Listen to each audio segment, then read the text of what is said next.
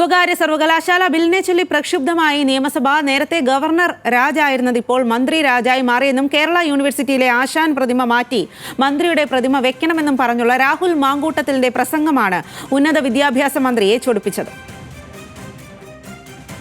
ഈ കേരളത്തിലെ സർവകലാശാലകളെ കാവ്യവൽക്കരിക്കുകയും ചുവപ്പുവൽക്കരിക്കുകയും ചെയ്യുന്ന നിങ്ങളുടെ മത്സരമൊന്നും മാറ്റി നിർത്തിയിട്ട് ഇതിനെ ഒന്ന് അക്കാദമികവൽക്കരിക്കുവാൻ എന്തെങ്കിലും താല്പര്യം കേന്ദ്ര സർക്കാരിനോ സംസ്ഥാന സർക്കാരിനോ ഉണ്ടോ?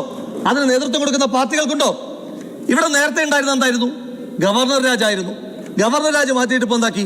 മന്ത്രി രാജാക്കി. ഇത്രമാത്രം വ്യത്യാസമല്ലേ ഉള്ളൂ. കേരള യൂണിവേഴ്സിറ്റിയുടെ ഗേറ്റ് കടന്ന് പുറത്തേക്ക് ഇറങ്ങി വരുമ്പോ അവിടെ ആശാന്റെ ഒരു പ്രതിമയുണ്ട്.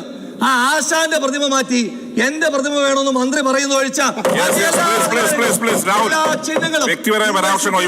മന്ത്രിയിലേക്ക് നിക്ഷിപ്തപ്പെടുത്തുവാൻ വേണ്ടിയിട്ടുള്ള കൂടുതൽ ശ്രമങ്ങളാണിത്. അതിനെ നമുക്ക് അംഗീകരിക്കാൻ കഴിയില്ല. സർവകലാശാലയെ കാവ്യവൽക്കരിക്കുന്നത് പോലെ തന്നെ അപകടകരമാണ് ചുവപ്പുവൽക്കരിക്കുന്നത്. സർവകലാശാലകൾ അറിവിന്റെ വിളനിലമാകണം. നാലാം കിട കുശുമ്പും നുണയും കൂട്ടിച്ചേർത്താണ് രാഹുൽ സംസാരിച്ചതെന്നും പ്രതിപക്ഷ MLA-മാർക്ക് രോദനമാണെന്നും മന്ത്രി ബിന്ദു പറഞ്ഞു. അപ്പോൾ വ്യക്തമായി നിർവചിക്കപ്പെട്ട അധികാരങ്ങൾ എല്ലാവർക്കും ഉണ്ടാകുമ്പോൾ അവിടെ യാതൊരു വിധത്തിലുള്ള തർക്കവും ഉരുത്തിരിഞ്ഞു വരുന്നതല്ല. പ്രോ ചാൻസലർ എങ്ങനെയാണ് വൈസ് ചാൻസലറുടെ അധികാരങ്ങൾ ഇല്ലാതെയാക്കുന്നത് എന്നുള്ളത് എനിക്ക് മനസ്സിലായില്ല. നിലവിലെ സർവകലാശാല ചട്ടങ്ങൾ അനുസരിച്ചും പ്രോ ചാൻസലർ തന്നെയാണ് വൈസ് ചാൻസലറുടെ മുകളിലായിട്ട് വരുന്നത്. മറ്റൊന്ന്, സർവകലാശാലയുമായി ബന്ധപ്പെട്ട വിവരങ്ങൾ ആരായാൻ മന്ത്രിക്ക് അധികാരമില്ല എന്നാണ് ബഹുമാനപ്പെട്ട സുഹൃത്തുക്കൾ ഇവിടെ പറഞ്ഞത്. ഇതൊക്കെ പറയുമ്പോൾ ഒന്നോർക്കണം, മൂന്നാമത് ഞങ്ങൾ വരില്ല നിങ്ങൾ വരും എന്നാണല്ലോ നിങ്ങൾ പാടിയും കൊണ്ട് നടക്കുന്നത്.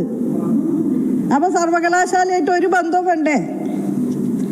സർവകലാശാലയ്ക്ക് ഭൂരിഭാഗം 90% ഫണ്ടും നൽകുന്നത് സംസ്ഥാന ഗവൺമെൻറ്റാണ്. വരില്ലെന്നറിയാം, എന്നാലും പറഞ്ഞോട്ടെ, ഒരാശ്വാസം. അപ്പോൾ ഈ 90% ഫണ്ട് ചെലവഴിക്കുന്ന സംസ്ഥാന പരാമർശം പിൻവലിക്കണമെന്ന് പറഞ്ഞ് പ്രതിപക്ഷ നേതാവ് രംഗത്തെത്തിയതോടെ സഭ പ്രക്ഷുബ്ധമായി. മൈക്കില്ലാതെ മന്ത്രി പറഞ്ഞത് പോടാ ചെറുക്ക എന്നാണെന്ന് VD സതീശൻ ആരോപിച്ചു. നടുത്തളത്തിൽ ഇറങ്ങിയ പ്രതിപക്ഷം സഭ ബഹിഷ്കരിച്ച് ഇറങ്ങി. കൂടുതൽ വിവരങ്ങളുമായി അർജുൻ രാജാണ് ചേരുന്നത്. അർജുൻ, ഈ വിഷയത്തിൽ നിയമസഭ വലിയ തരത്തിൽ ഇന്ന് പ്രക്ഷുബ്ധമായ ഒരു കാഴ്ചയാണ് കണ്ടത്. ഏതു രീതിയിലായിരുന്നു അവിടുത്തെ വാക്പോര്?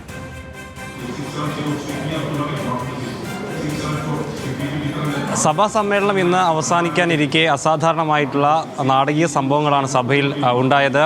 സർവകലാശാല ഭേദഗതി ബില്ല് സഭ പരിഗണിക്കുന്ന ഘട്ടത്തിലാണ് ഇത്തരത്തിലുള്ള വിമർശനം, അത് വ്യക്തിപരമായ അധിക്ഷേപങ്ങളിലേക്ക് ഉൾപ്പെടെ കടന്നത്.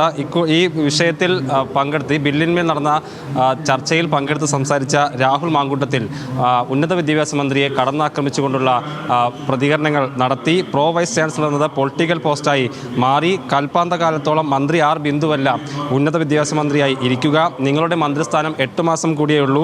കേരള യൂണിവേഴ്സിറ്റിക്ക് മുൻപിൽ ആശാന്റെ പ്രതിമ മാറ്റി മന്ത്രിയുടെ പ്രതിമ വെക്കണമെന്ന് കൂടിയാണ് ഇനി ആവശ്യപ്പെടുവാനുള്ളൂ എന്നുള്ളതായിരുന്നു രാഹുൽ മാങ്കൂട്ടത്തിലിൻ്റെ പരിഹാസം.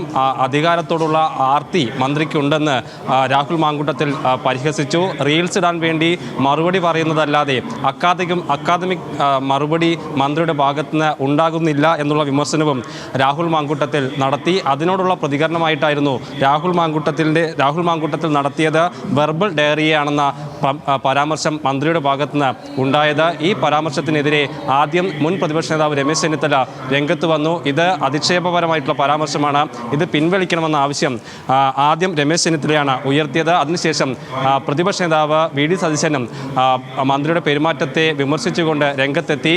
മന്ത്രി പറയുന്ന പരാമർശങ്ങൾ പിൻവലിക്കണമെന്ന ആവശ്യം VD സതീശൻ്റെ ഭാഗത്തുനിന്ന് ഉണ്ടായി. അതിൽ പക്ഷേ മറുപടി തുടരുകയാണ് ആർ ബിന്ദു ചെയ്തത് എന്ന് മാത്രമല്ല, നാലാംകിട കുശുമ്പും നുണയും കൂട്ടിച്ചേർത്താണ് രാഹുൽ സംസാരിച്ചതെന്ന് ബിന്ദു വിമർശിച്ചു. അതിൻ്റെ കൂടി അടിസ്ഥാനത്തിലാണ് ഒരു വലിയ പ്രതിഷേധത്തിലേക്ക് പ്രതിപക്ഷം നീണ്ടത്. പ്രതിപക്ഷ അംഗങ്ങൾ സ്പീക്കറുടെ ഡയസിന് മുന്നിൽ വരെ എത്തി പ്രതിഷേധിച്ചു. ഈ പരാമർശം പിൻവലിക്കാതെ സഭയിൽ തുടരില്ലെന്ന നിലപാട് പ്രതിപക്ഷം എടുത്തു. അതിനുശേഷമാണ് പരാമർശം പിൻവലിക്കാത്തതിനെ തുടർന്ന് സഭ ബഹിഷ്കരിച്ച് പ്രതിപക്ഷം ഇറങ്ങിപ്പോയത്. ഈ ഭേദഗതി ബില്ല്, സർവകലാശാല ഭേദഗതി ബില്ല് ഇപ്പോൾ പ്രതിപക്ഷമില്ലാതെ സഭ പാസ്സാക്കിയിട്ടുണ്ട്. ഇനി സ്പോർട്സ് ഭേദഗതി ബില്ല് കൂടിയാണ് പാസ്സാക്കാനുള്ളത്. അതുകൂടി പാസ്സാക്കി കഴിഞ്ഞാൽ ഈ 15ാം നിയമസഭയുടെ 13ാം സമ്മേളനം അത് പൂർത്തിയാകും. അതിൻ്റെ അവസാനം എന്തായാലും വലിയ കോലാഹലങ്ങളും പ്രതിഷേധവും വ്യക്തിപരമായ അധിക്ഷേപങ്ങളും ഒക്കെ ഉണ്ടായി എന്നുള്ളതാണ് ഇതിൽ ഏറ്റവും പ്രധാനപ്പെട്ട കാര്യം. ശരി അർജുൻ, സ്വകാര്യ സർവകലാശാല ബില്ലിനെ ചൊല്ലിയാണ് നിയമസഭയിൽ അതിനാടകീയമായ രംഗങ്ങളെല്ലാം അരങ്ങേറിയത്. മന്ത്രിക്കെതിരെ രാഹുൽ മാങ്കൂട്ടത്തിൽ ആണ് അത്തരത്തിൽ ഉള്ള ആരോപണങ്ങളെല്ലാം ഉന്നയിച്ചത്. യൂണിവേഴ്സിറ്റിയുടെ മുന്നിൽ ആശാൻ പ്രതിമ മാറ്റി മന്ത്രിയുടെ പ്രതിമ സ്ഥാപിക്കണമെന്നാണ് രാഹുൽ പറഞ്ഞത്. അതിൽ വലിയ തരത്തിലുള്ള പ്രകോപനമാണ് മന്ത്രിക്കുണ്ടായത്. തിരിച്ചു മന്ത്രിയും മറുപടി നൽകി.